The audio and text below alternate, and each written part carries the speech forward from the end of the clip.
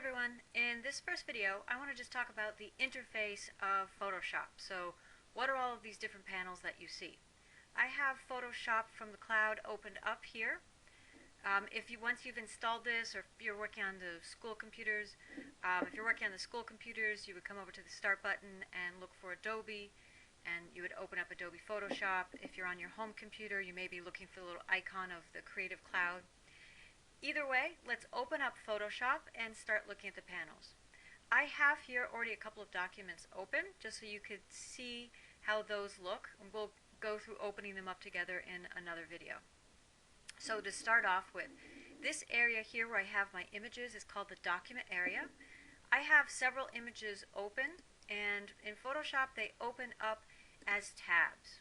And I'll show you how you can change that later on. But just to point out, so this is my document area. I have 4 images open, and they're all open here as tabs. And if I want to close one of them, I just click on that little X icon.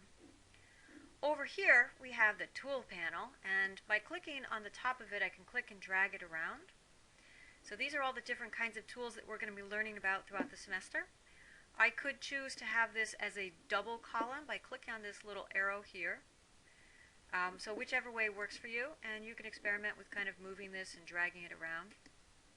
If you close the Tool panel by accident, I hit the X and I didn't mean to, I'm going to go up to Window, and I can pull it back. Where are my tools? Here they are, Tools. And then I'll open them up again. Okay? So again, I can click and drag them around. I could make them into double columns. I could close it. Now, for each one of these tools, first of all, notice that a lot of the tools have a little drop-down indication of a little triangle here.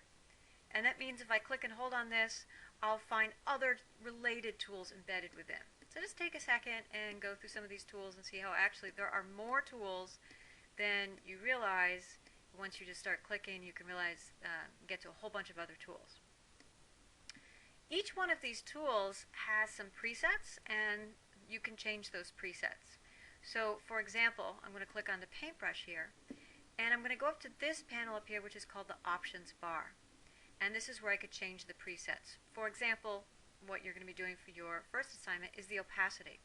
I want to paint, but I don't want to paint at 100% opacity. I want to paint at 50% opacity, let's say, for example. Let's take a look at another tool. One of my selection tools. I have a whole bunch of choices of ways I can change the default presets for my selection tools up here in the Options bar. So typically the way you work is you select your tool, you select whichever tool you want that's embedded within here, and then you may go up to the Options bar and change the presets. So as an example, another example here, I'm going to move down to let's see, I have these blur, sharpen, smudge tools, dodge tool, burn tool, sponge tool. My sponge tool, by the default preset that I have it set up to, will desaturate, but I could change it to saturate. So this is a tool that could do complete opposites just by changing its presets in the Options bar. Okay, up here you have your main menu that you would have in most programs. So under Files, where you could go to New, Open, Save, things, Print. Under Edit, I'm going to encourage you to learn a lot of these things by keyboard shortcuts, but obviously this is where we go to undo, to copy, to paste. Also Transform, this is an area that we're going to be exploring very soon, about rotating and flipping your image, or parts of your image. Under Image, we're going to be working with mode and adjustments, which is grayed out right now just because of the layer I'm on. I'll get to that in a second. Also image size and canvas size and image rotation. So these are all things we'll be jumping into very soon. Layer, a lot of the things that you have here in Layer, you can also access from the Layers panel, which is over here. And I'll get to that in a second. Type, so if you want to, when you're working with text and you want to change some of the presets or get more specific with type, you go up here.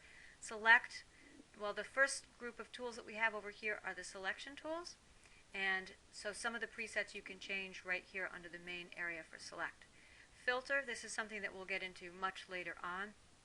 3D we will not be working with in this class, but if you take Digital Imaging 2, you'll work with 3D. View is just about how you view this whole canvas area. Window is where you're going to go, again, if you close a window by accident, or not all of the windows are open.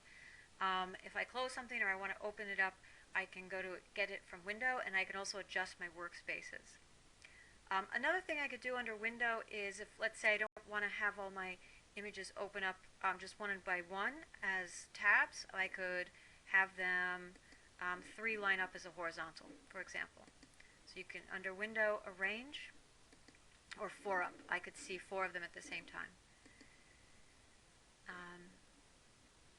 So I'm just going to do, let's see, I'll stack it up with tile vertically, for example, just to have something to show you a little something different here.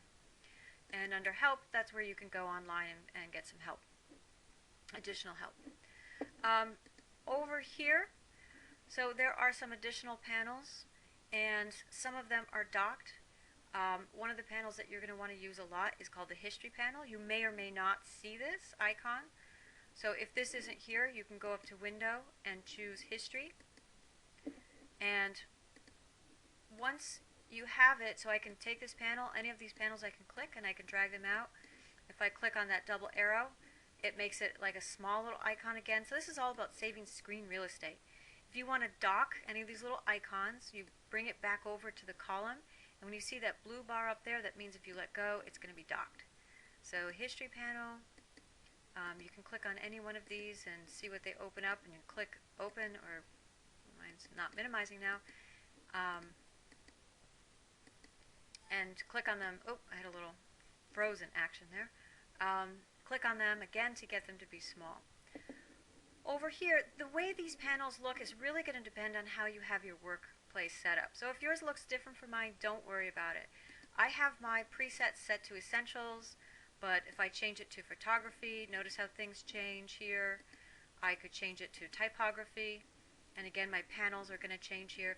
So this we'll get into later, but they're all different kinds of panels that I can have open here, and I'll have changing throughout the semester. What we'll almost always have will be the Layers panel down here, and notice a lot of these panels have other tabs, so we want to make sure that you're actually on the Layers panel.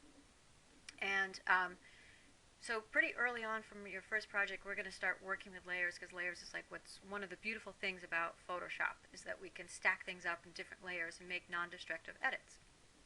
Okay, so that pretty much covers the interface, and then I'll break this down I'll do some more videos and talk about some of the specific tools that you need for your first project.